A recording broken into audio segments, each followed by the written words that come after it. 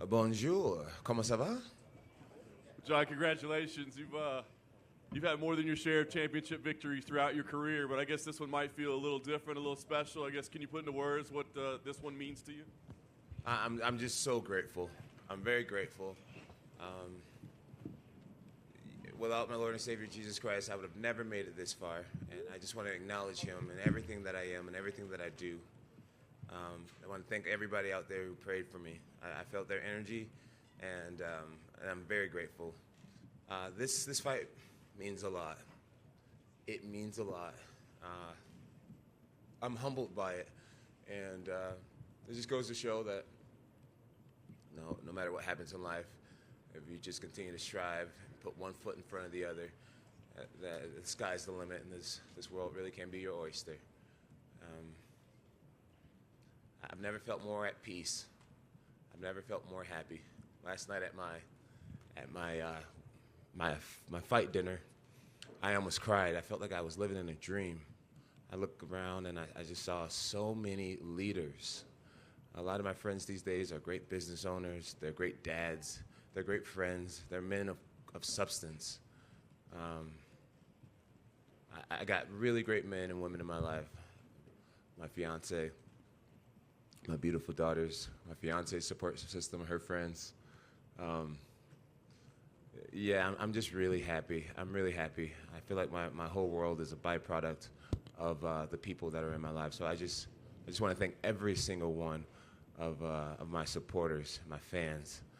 Without them, I wouldn't be much. Love you, Bone. Love you too.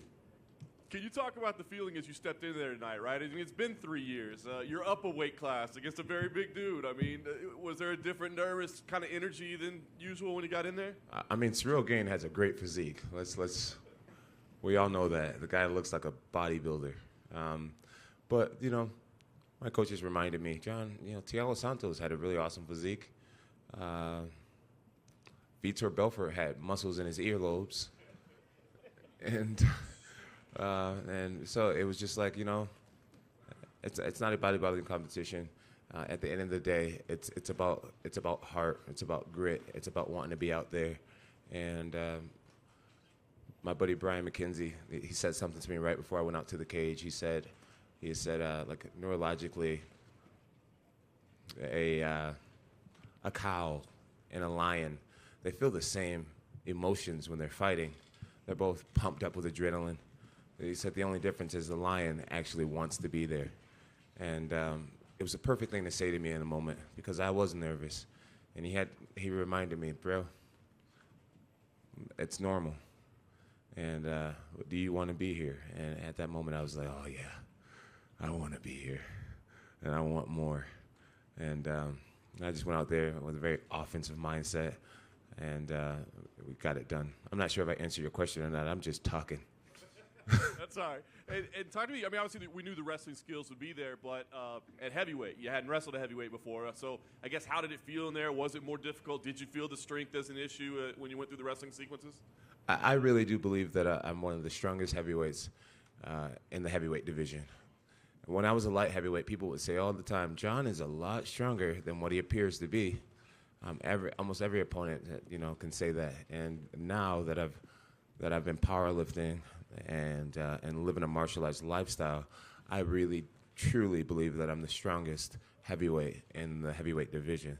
There's guys that can do a lot of things probably more than me. Guys can squat more than me, bench more than me. But when it comes to just total strength and muscular endurance and knowing how to pace yourself and knowing how to use endurance, I believe I'm one of the most fit athletes in the game, whether I look like it or not. I'm excited. I'm excited for the future. I think some of my best performances are going to be coming within the next year or so. Well, like you said, performances, so that means more than one. But I guess you made it clear that you said you want Stipe next. A timeline? Is there anything? I mean, you have a date circled on the calendar yet, or do you have an idea like what would make the most sense for you? I got to talk to my coaching staff and see how, what they think. But we took 0 damage tonight, and I'm getting right back to practice. My buddy Maurice Green has a fight coming up in the PFL. Jorgen De Castro has a fight coming up in the PFL. And I owe it to my team to take the back seat and be the training partner. And that's exactly what we got to do. We get right back to work. And I believe in my next fight, I'll go into it with a different level of confidence, an even higher level of confidence. I believe that I'm going to look really great. I'm going to have even higher endurance than I had today, which is going to be hard to beat because I'm in really great condition. And these guys in the back acting like nuts. I can't take you guys anywhere. Oh my goodness. Yeah, the next fight is going to be awesome. I say it respectfully to Stipe.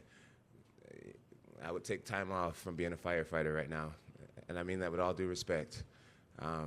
My whole world is going to be focused on him. This is the biggest opportunity in my life to beat the heavyweight GOAT, and I'm going to give it everything I got, absolutely everything I got.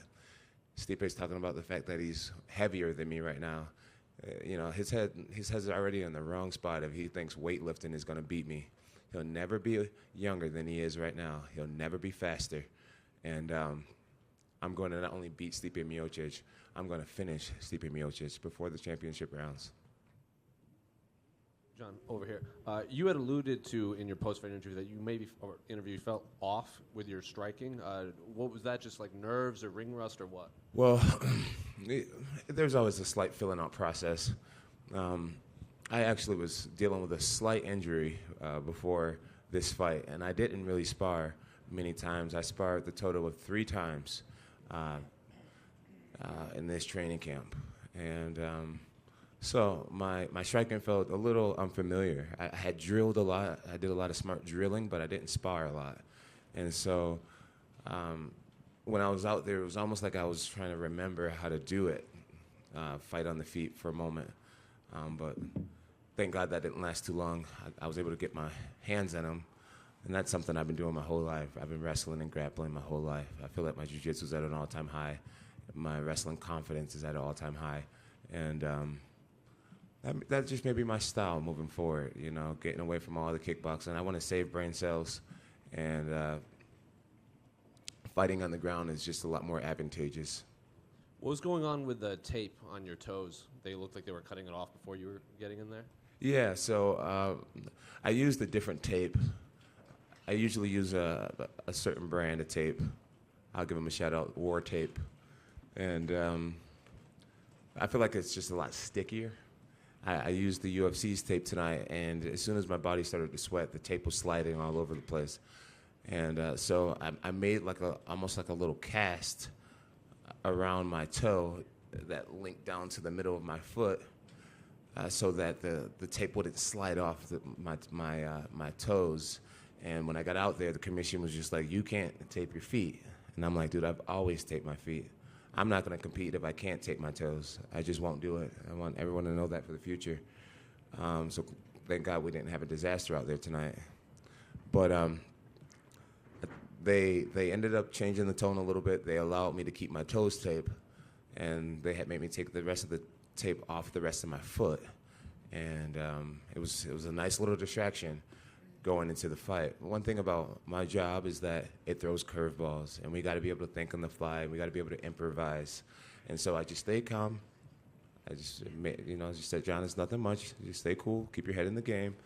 And we got the tape off the rest of my foot, and I was able to go out there and proceed to the mission. John, to your left. You've always been a popular fighter, but it seems like this week you've gone to another level, right? The press conference, I know you really enjoyed that, the way the crowd reacted to you. What was it like tonight? You kind of got the biggest pop of all when you got in the cage. The place went nuts. And, a lot of times you've been the bad guy. Right now you were the good guy, and everybody was happy to see you. What did that feel like for you? When I first got into the UFC, I would talk about God a lot and wanting to be a good person. And then people got to see that my life wasn't perfect, that I make mistakes, and that I sin, and that I fall down. And I think for a long time people looked at me as just an incredibly fake individual.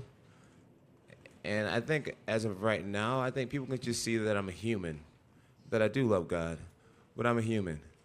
And Christians aren't perfect. And I just think I'm more relatable to people than I've ever been. And despite how many times I mess up, I do try to stand for good and something that's bigger than me. And I just think there's a relatability that I have with people, where either you absolutely hate me or you're just learning to understand the man that I am. And I just think it's going over well for me. When did you adopt that attitude, right? I mean, how and when did it change? I came into the game young, and I think I was like 21, 20 years old when I joined the UFC, 19 something. And I'm 35 years old now. I just got off of a big hiatus. I took 3 years off. I got to focus on my family. I got to focus on development as a man. I got to start a care project where I'm giving back to the city of Albuquerque. I got to have a dog. That was my best friend. You know what I mean? Just little stuff that had nothing to do with being Jon Bones Jones. And it just helped me put life in perspective. It just helped me realize what an opportunity I have. And I've had a lot of reflection time. I've got to see the belt passed around from champion to champion. And all these guys from different countries become the face of the sport. And it's been awesome to witness. And just today, I just have my head screwed on a little bit more straight than it's ever been. And just more self-aware. And I think people are starting to notice that. Last question for me. Dana was up here before talking about you being the GOAT and unquestionably the GOAT anymore. And you think in most sports, most people think Michael Jordan, but there's some people that think LeBron, otherwise. NFL, some people think Tom Brady's the greatest quarterback. Other people were arguing last week it was Joe Montana.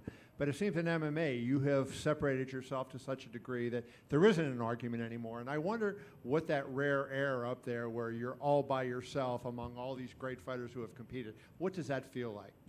It feels great. It feels great. I've been familiar with high praises for a while now.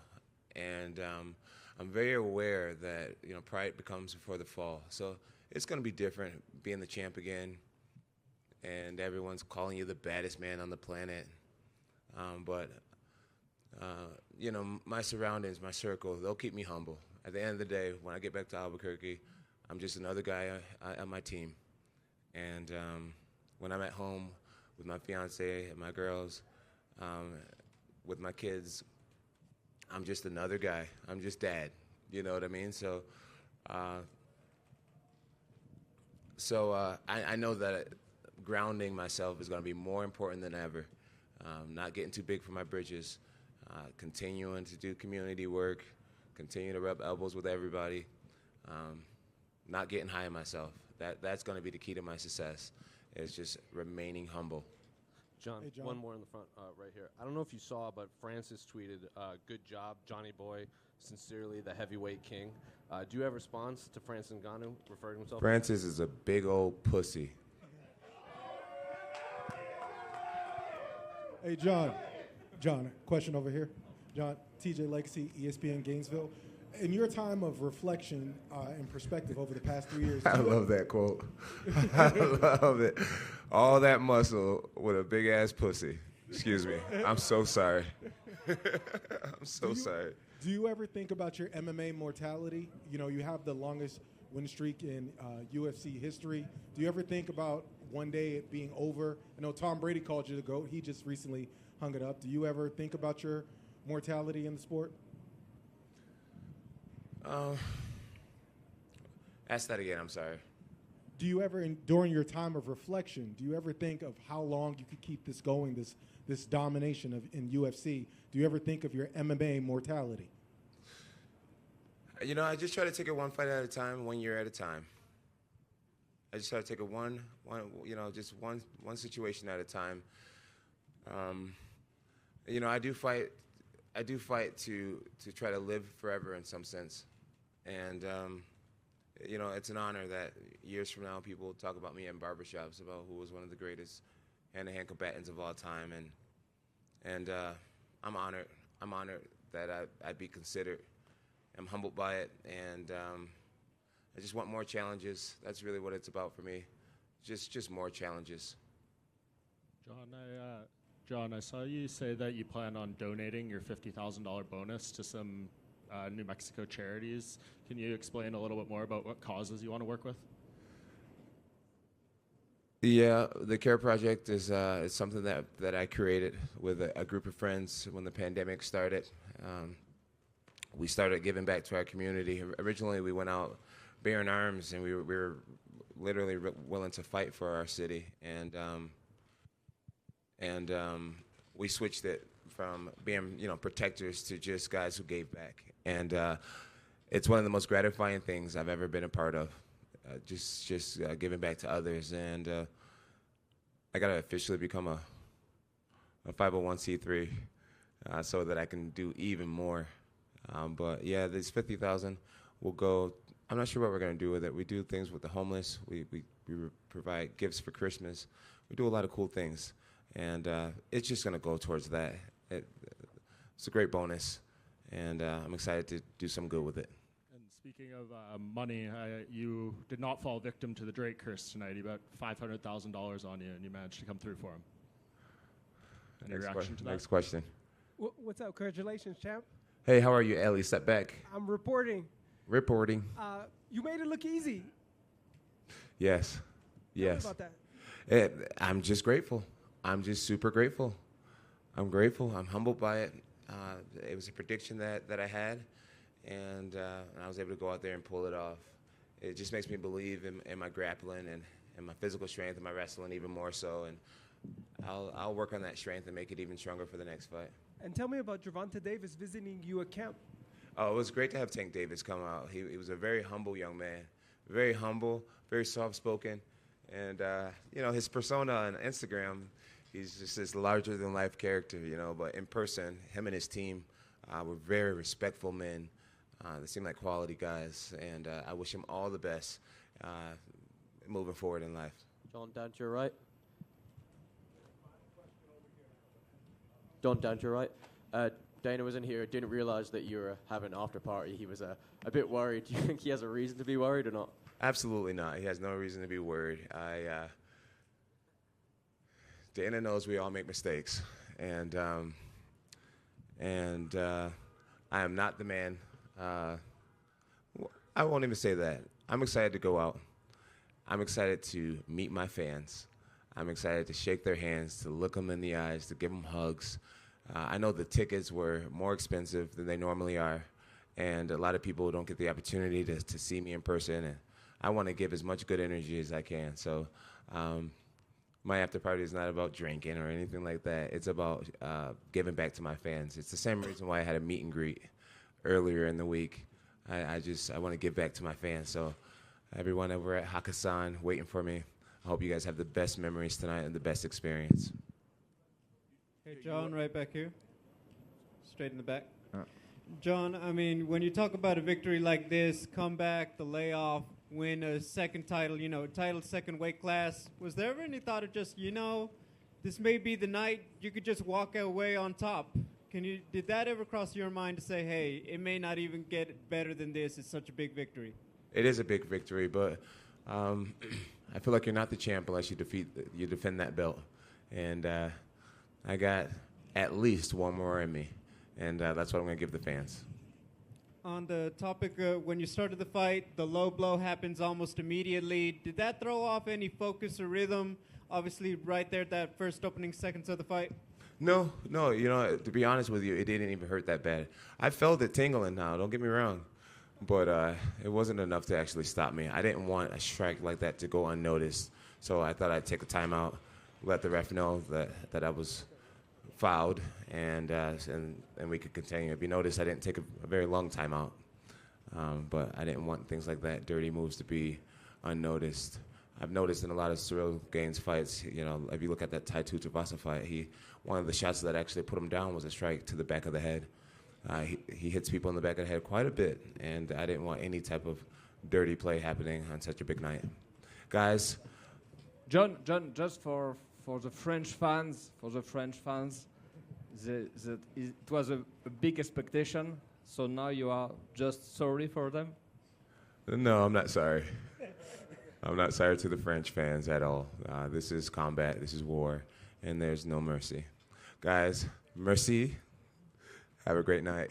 Take care.